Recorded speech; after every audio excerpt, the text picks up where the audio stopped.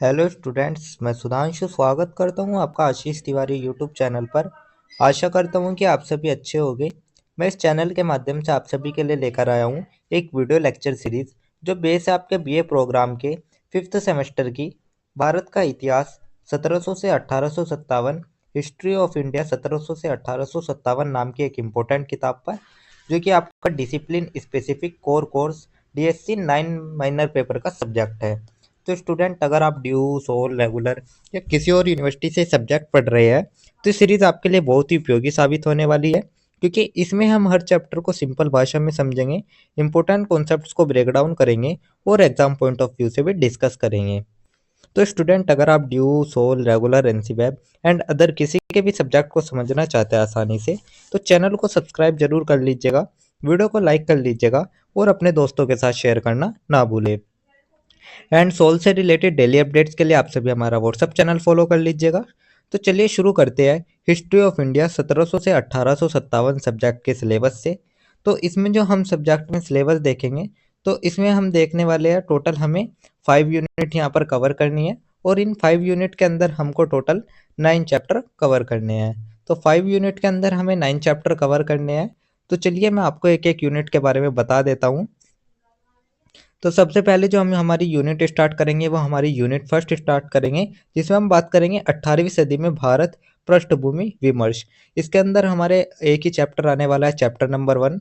Chapter number 1 में हम बात करेंगे 18वीं सदी में भारत पृष्ठभूमि विमर्श, यानी कि जो हमारा 18वीं सदी का भारत है उस समय कौन कौन सी घटनाएं घटित हुई, क्या पृष्ठभूमि रही, उन सभी के बारे में हम चैप्टर नंबर फर्स्ट में डिस्कस करेंगे।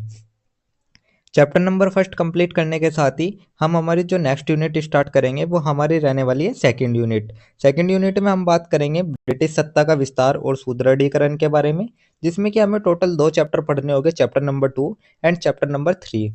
चैप्टर नंबर 2 में हम डिस्कस करेंगे ब्रिटिश सत्ता का विस्तार और सुदृढ़ीकरण, बंगाल, मैसूर, मराठा, पंजाब 1700 से 1857। यानी कि जो हमारा 1700 से 1857 के बीच का जो समय था, उस समय में ब्रिटिश सत्ता का विस्तार कैसे हुआ, विशेषकर बंगाल, मैसूर और मराठा पंजाब में। तो इन सभी के बारे में हम चैप्टर नंबर 2 में डिस्कस करेंगे।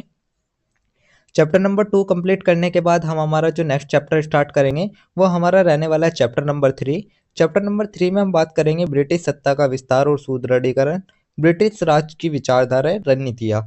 यानी कि चैप्टर नंबर 3 में हमें ये बात करनी है कि जो हमारे ब्रिटिश सत्ता थी उसका विस्तार किन किन विचारधाराओं के कारण हुआ, किन किन रणनीतियों से हुआ। तो ऐसी कौन कौन सी विचारधाराएं और रणनीतियाँ थी जिससे कि जो ब्रिटिश सत्ता थी उसने अपना विस्तार कर लिया था।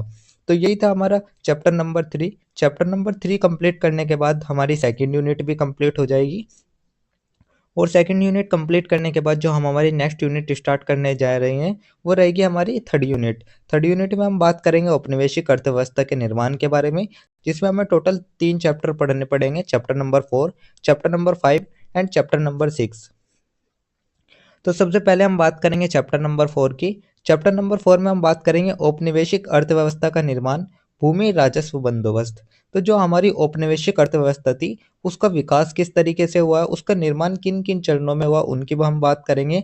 और साथ ही जो भूमि राजस्व बंदोबस्त व्यवस्था है उस व्यवस्था के बारे में भी हम चैप्टर नंबर 4 में डिस्कस करेंगे। चैप्टर नंबर 4 कंप्लीट करने के बाद जो हम हमारा नेक्स्ट चैप्टर स्टार्ट करेंगे वो हमारा रहने वाला है चैप्टर नंबर 5। चैप्टर नंबर 5 में हम बात करेंगे औपनिवेशिक अर्थव्यवस्था का निर्माण, कृषि का व्यापारीकरण 1700 से 1857। तो जो हमारा 1700 से 1857 के बीच का जो समय है, उस समय जो कृषि का व्यापारीकरण है वो किस तरीके से हुआ था, और उस व्यापारीकरण से औपनिवेशिक अर्थव्यवस्था का निर्माण किस तरीके से हुआ, उस सभी के बारे में हम चैप्टर नंबर 5 में डिस्कस करेंगे। चैप्टर नंबर 5 कंप्लीट करने के बाद जो हम हमारा नेक्स्ट चैप्टर स्टार्ट करेंगे वो हमारा रहने वाला है चैप्टर नंबर 6। चैप्टर नंबर 6 में हम बात करेंगे औपनिवेशिक अर्थव्यवस्था का निर्माण, औपनिवेशिक भारत में विऔद्योगिकरण 1700 से 1857। तो इसमें हम बात करेंगे जो हमारा 1700 से 1857 के बीच का जो समय था, उसमें जो औपनिवेशिक भारत में विऔद्योगिकरण है वो किन किन चरणों की वजह से आया, उसका विकास किस तरीके से हुआ, और इसी जो ये विऔद्योगिकरण थे इससे औपनिवेशिक अर्थव्यवस्था का निर्माण किस तरीके से हुआ। तो इन सभी के बारे में हम हमारे चैप्टर नंबर 6 में कवर करेंगे। चैप्टर नंबर 6 कंप्लीट करने के बाद हमारी जो थर्ड यूनिट है वो भी कंप्लीट हो जाएगी। और थर्ड यूनिट के बाद जो हम हमारी नेक्स्ट यूनिट स्टार्ट करेंगे वो हमारी रहने वाली है यूनिट नंबर 4।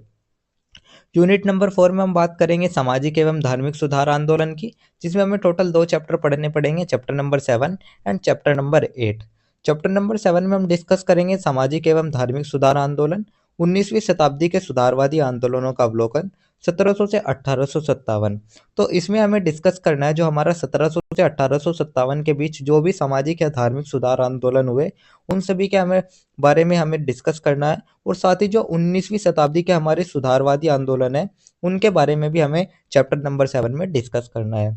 तो चैप्टर नंबर 7 कंप्लीट करने के बाद जो हम हमारा नेक्स्ट चैप्टर स्टार्ट करेंगे वो रहने वाला हमारा चैप्टर नंबर 8। चैप्टर नंबर 8 में हम बात करेंगे स्वदेशी और आधुनिक शिक्षा की, 1700 से 1857। तो जो हमारा 1700 से 1857 के जो बीच का समय था, उसमें स्वदेशी और आधुनिक शिक्षा का विस्तार किस तरीके से हुआ, उसका प्रारंभ किस तरीके से हुआ, उसका विकास किस तरीके से हुआ, उन सभी के बारे में हम चैप्टर नंबर 8 में डिस्कस करेंगे। चैप्टर नंबर 8 कंप्लीट करने के साथ ही जो हमारी यूनिट नंबर 4 है वो भी हमारी कंप्लीट हो जाएगी। और इसके बाद हम हमारी जो नेक्स्ट यूनिट स्टार्ट करेंगे वो हमारी रहने वाली है यूनिट नंबर 5। तो यूनिट नंबर 5 में हम डिस्कस करेंगे 1857 का विद्रोह, कारण, प्रकृति और परिणाम। तो इसमें हमारा एक ही चैप्टर रहने वाला है, चैप्टर नंबर 9, जिसमें हम बात करेंगे 1857 का विद्रोह, कारण, प्रकृति और परिणाम। तो इस चैप्टर में हमें बात करनी है जो हमारे 1857 की क्रांति है, वो क्रांति किन किन कारणों से हुई, किस तरह की वो क्रांति थी, उसकी प्रकृति क्या थी, और क्रांति होने के बावजूद उसके क्या परिणाम रहे, उन सभी के बारे में हमें चैप्टर नंबर 9 में डिस्कस करना है। तो चैप्टर नंबर 9 कंप्लीट करने के साथ ही जो हमारी यूनिट 5 है वो भी हमारी कंप्लीट हो जाएगी। और इसी के साथ ही हमारा हिस्ट्री ऑफ इंडिया 1700 से 1857 सब्जेक्ट का सिलेबस भी कंप्लीट हो जाएगा, क्योंकि इसमें हमारे टोटल 5 यूनिट और 9 चैप्टर ही थे, जो कि मैंने अभी आपको एक एक करके बताया है। अभी हम इन सभी यूनिट को एक एक करके विस्तार पूर्वक समझ लेते हैं। तो चलिए शुरू करते हैं। मैं आपका स्वागत करता हूँ बीए प्रोग्राम की 5th सेमेस्टर की हिस्ट्री ऑफ इंडिया 1700 से 1857 सब्जेक्ट के यूनिट नंबर फर्स्ट के चैप्टर नंबर फर्स्ट के इस वीडियो लेक्चर में, जिसमें हम बात करेंगे 18वीं सदी में भारत पृष्ठभूमि विमर्श के बारे में। तो स्टूडेंट, जो दिल्ली का लाल किला है, जहाँ कभी औरंगजेब की ताकत गूंजती थी, अब वही किला वीरान सा है। महलों में साज बजते हैं, लेकिन जो सम्राट की गूंज है वो खो चुकी है। दरबार में बैठे दरबारी अपने अपने स्वार्थ में डूबे हैं, और बाहर कई शक्तियां सिर उठा रही है। तो साल है हमारे 1707 का, जब औरंगजेब की मौत हुई, और यही पल भारत के इतिहास को बदलने वाला सबसे रहस्यमयी पल साबित हुआ। तो चलिए इस चैप्टर की जो हम शुरुआत कर लेते हैं, वो हम सबसे पहले एक छोटे से परिचय से कर लेते हैं। तो सबसे पहले हम एक छोटा सा परिचय देख लेते हैं। परिचय में हम देखेंगे 18वीं सदी भारत के इतिहास में संक्रमण का दौर थी।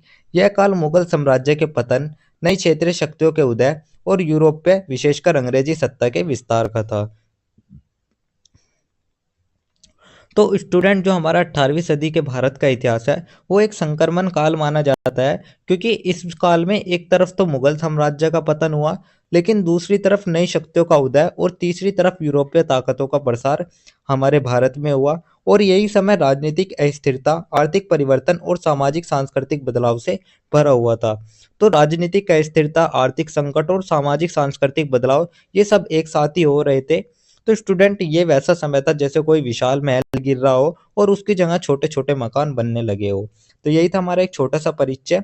परिचय के बाद जो हमारा नेक्स्ट टॉपिक आता है वो हमारा आता है पृष्ठभूमि का। तो अब हम बात कर लेते हैं पृष्ठभूमि के बारे में। पृष्ठभूमि में हम बात करेंगे 1707 में औरंगजेब की मृत्यु के बाद मुगल साम्राज्य कमजोर होने लगा। तो स्टूडेंट, जो औरंगजेब थे, जैसे कि आप देख सकते हैं ये हमारे औरंगजेब है, तो 1707 ईस्वी में इनकी मृत्यु हो गई थी। और इनकी मृत्यु के बाद से जो साम्राज्य का ढांचा है वो चरमराने लगा था। साथ ही केंद्रीय सत्ता ढीली पड़ गई और प्रांतों में स्वतंत्रता की प्रवृत्ति बढ़ी। तो जो प्रांत थे वे स्वतंत्र होने लगे। निजाम, नवाब और पेशवा जो थे वे सभी अपनी ताकत दिखाने लगे। इसी के साथ यूरोपीय कंपनियां, ब्रिटिश, फ्रांसीसी ने भारतीय राजनीति में हस्तक्षेप बढ़ाना शुरू किया।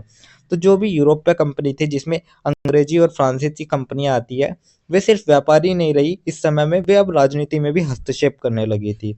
तो स्टूडेंट, गांव गांव में लोग कहते थे कि अब दिल्ली की पकड़ ढीली हो गई है, अब अपना राज्य, अपना नवाब ही हमारी रक्षा करेगा। तो यही थी हमारी एक छोटी सी प्रस्तावना, एक छोटी सी पृष्ठभूमि।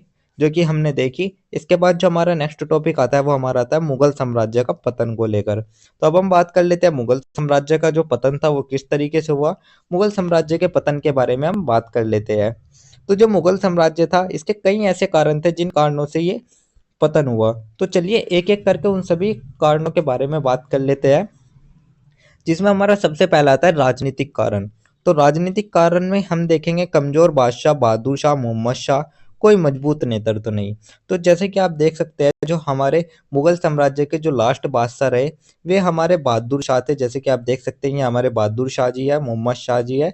इनको कोई भी मजबूत नेतृत्व तो नहीं थे। ये दोनों ही जो बादशाह थे ये कमजोर बादशाह थे, जैसे कि जिनके कारण जो शासक था उनके नेतृत्व में कमी आने लगी। इसी के साथ साथ जागीरदारी और प्रशासनिक भ्रष्टाचार।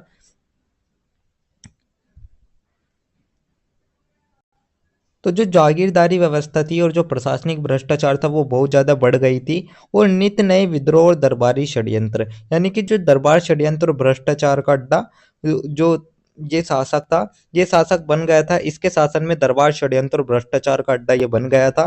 तो ये सभी हमारे राजनीतिक कारण थे जिनसे मुगल साम्राज्य का पतन हुआ। इसके बाद हमारे जो नेक्स्ट कारण आते हैं वे हमारे आर्थिक कारण आते हैं। तो अब हम कुछ आर्थिक कारणों के बारे में भी बात कर लेते हैं। आर्थिक कारण में हम देखेंगे अत्यधिक कर वसूली, व्यापार का ह्रास। तो जो कर का बोझ था वो किसानों पर बढ़ता गया, जिसके कारण जो व्यापार था वो भी कम होने लगा। और साथ ही यूरोपीय व्यापारियों की प्रतिस्पर्धा से भारतीय उद्योगों को नुकसान। तो जो यूरोपीय व्यापारी थे उनके मुकाबले में जो भारतीय उद्योग थे वे पीछे छूटने लगे। और साथ ही जिससे राजस्व व्यवस्था में गिरावट आई। तो जो राजस्व व्यवस्था थी, जो कर व्यवस्था थी, उसमें भी गिरावट आने लगी। तो यही सभी आर्थिक कारण थे जिन कारणों से जो मुगल साम्राज्य का पतन है वो हमें देखने को मिलता है। इसके बाद जो हमारे नेक्स्ट कारण आता है वो हमारा आता है औरंगजेब की भूमिका। तो अब हम बात कर लेते हैं औरंगजेब के बारे में। तो लंबे दक्षिणी युद्धों से खजाना खाली हुआ, धार्मिक सहिष्णुता, जजिया कर, मंदिर तोड़ना में असंतोष बोला। तो जब दक्षिण भारत के जो लंबे युद्ध हुए थे उन युद्धों में बहुत सारा जो निवेश था वो किया गया। उनमें बहुत सारे ऐसे हथियार लाए गए, तो बहुत सारा ऐसा खर्च किया गया जिसके कारण से जो खजाना था वो खाली कर दिया गया दक्षिण भारत के लंबे युद्धों में। और साथ ही जो धार्मिक अहिंसा थी, जैसे कि जजिया कर हो गया, मंदिर तोड़ने हो गए, इनसे भी जो प्रजा थी वह असंतुष्ट होने लगी थी। और लगातार युद्धों ने सेना और जनता को थका दिया। तो जो ये लंबे युद्ध हुए, इन लंबे युद्ध में सेना और जो जनता थी वे दोनों ही थक गई थी। तो वे बहुत परेशान हो गई थी। तो यही सभी थी हमारी औरंगजेब की भूमिका। इसके बाद जो हमारा नेक्स्ट कारण आते हैं वे हमारे धार्मिक कारण आते हैं।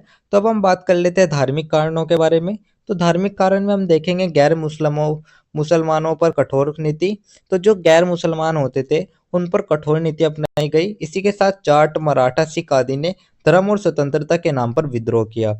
तो जो ये तीन ऐसी जाति थी, जो इसमें तीन प्रमुख मानी जाती है, जाट, मराठा और सिख, इन सभी ने अपने धर्म और स्वतंत्रता के नाम पर विद्रोह शुरू कर दिए थे। तो ये सभी थे हमारे धार्मिक कारण मुगल साम्राज्य के पतन के। इसके बाद जो नेक्स्ट कारण आता है वो आता है मुगलों की सैन्य दुर्बलताएं।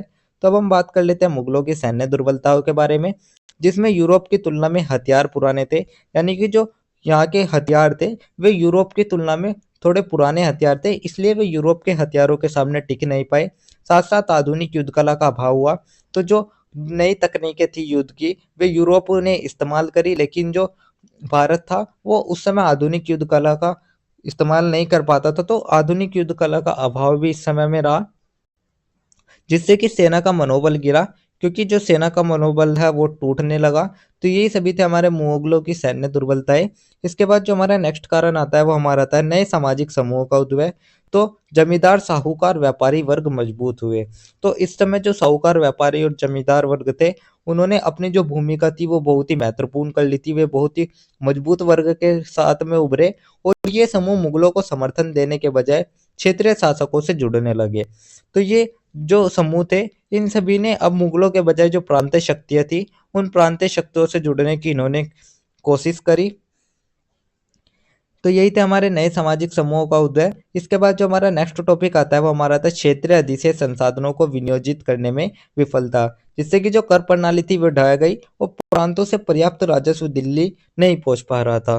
तो स्टूडेंट कल्पना कीजिए कि दिल्ली के दरबार में एक बादशाह बैठा है पर उसकी आंखों के सामने ही उसके सैनिक वेतन मांगते हैं, व्यापारी करों से परेशान है और नवाब अपनी आजादी का ऐलान कर रहे हैं। तो यही था हमारे पतन का असली दृश्य। जो कि मैंने अभी आपको बताया। तो यही सभी कारण थे जिन कारणों से मुगल साम्राज्य का पतन हुआ।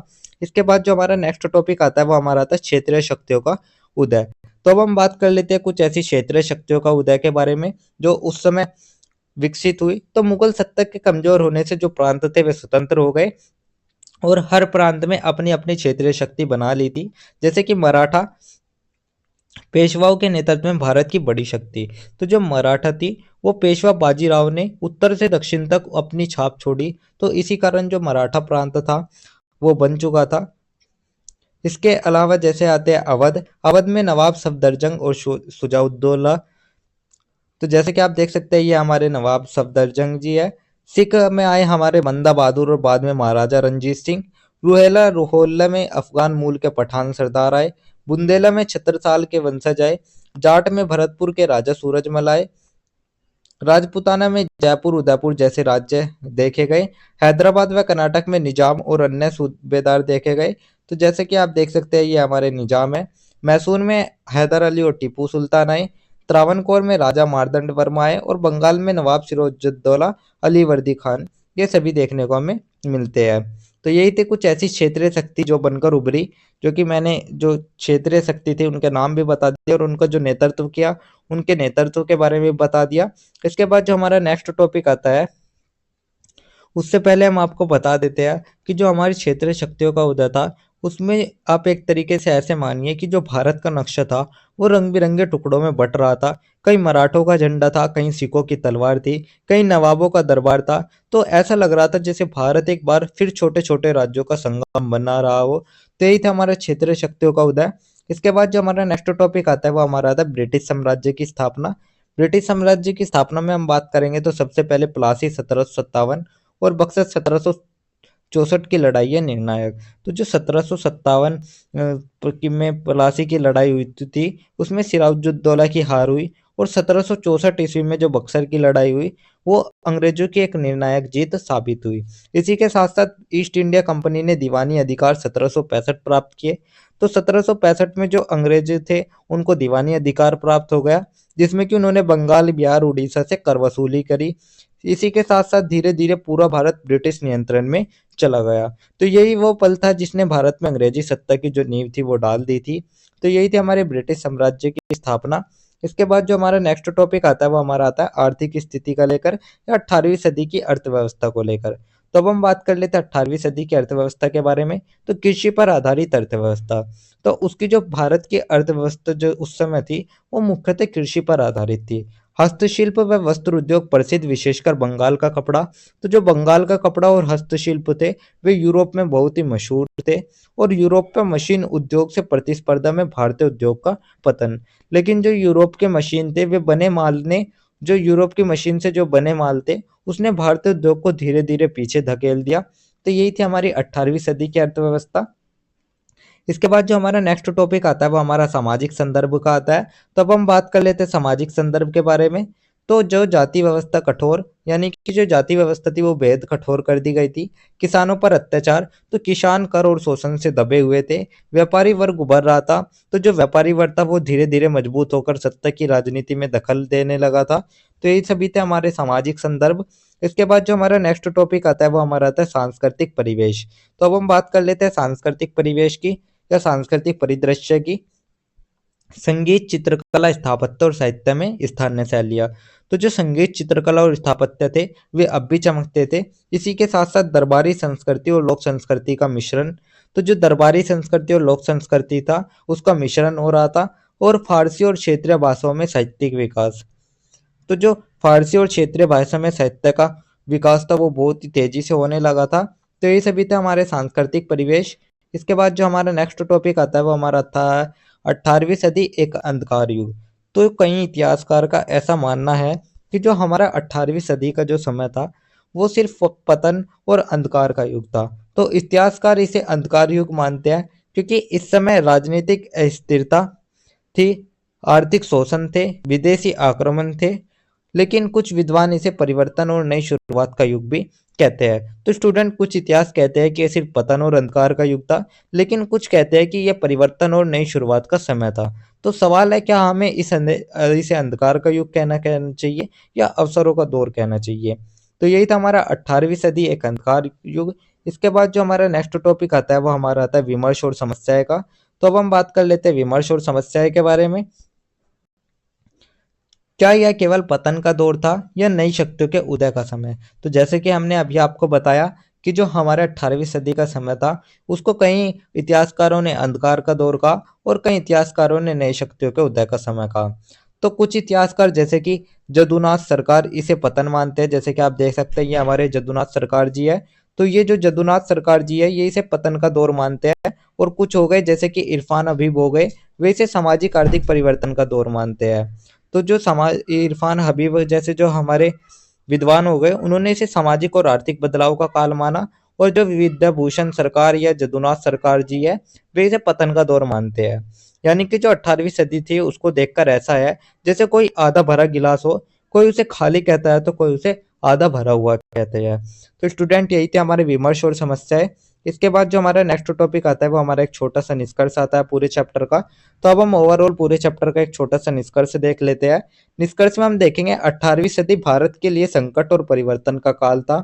मुगलों का पतन नई शक्तियों का होता और ब्रिटिश सत्ता की नींव, यही इसकी खास पहचान है। तो स्टूडेंट जो 18वीं सदी थी वो भारत के लिए संकट और परिवर्तन दोनों ही तरीके में देखी जाती है, क्योंकि इस समय मुगलों का पतन, क्षेत्रीय राज्यों का उदय और अंग्रेजी सत्ता की नींव ये सभी रखी गई थी। तो यही समय जो आगे चलकर था, इसी समय ने आगे चलकर 1857 के विद्रोह और जो स्वतंत्रता आंदोलन थी उन सभी का रास्ता खोला। तो स्टूडेंट यही था हमारा एक छोटा सा निष्कर्ष। तो स्टूडेंट 18वीं सदी को सिर्फ अंधकार का युग मत मानिएगा, ये भारत के इतिहास का वो मोड़ था जहाँ पुराना ठहर रहा था और नया जन्म ले रहा था। और यही नहीं जो भारत था वो आगे चलकर अंग्रेजों से लड़कर स्वतंत्रता की राह पर भी इसी दौर से निकला था। तो यही था हमारा एक छोटा सा निष्कर्ष जिसके साथ हमारी यूनिट नंबर फर्स्ट कंप्लीट होती है। तो यही थी हमारी फर्स्ट यूनिट जिसके इंपॉर्टेंट टॉपिक्स मैंने आपको शॉर्ट्स में एक्सप्लेन कर दिया है। तो अगर किसी भी स्टूडेंट को ये पीडीएफ या नोट्स चाहिए होंगे तो आप हमारे टेलीग्राम चैनल को ज्वाइन कर लीजिएगा। वहाँ पर आपको ये पीडीएफ या नोट्स मिल जाएंगे। एंड अगर किसी भी स्टूडेंट का किसी भी तरह का कोई भी डाउट या किसी भी तरह की कोई भी क्वेरी है तो आप हमारे कमेंट सेक्शन में या हमारे इंस्टा पेज को फॉलो करके भी पूछ सकते हैं। डेली अपडेट्स के लिए आप सभी हमारा व्हाट्सअप चैनल फॉलो कर लीजिएगा। और अगर आपको ये लेक्चर उपयोगी लगा तो वीडियो को लाइक करें, चैनल को सब्सक्राइब करें और अगले अध्याय के लिए तैयार रहिएगा जहां हम बात करेंगे हमारी सेकंड यूनिट के चैप्टर नंबर सेकंड के बारे में।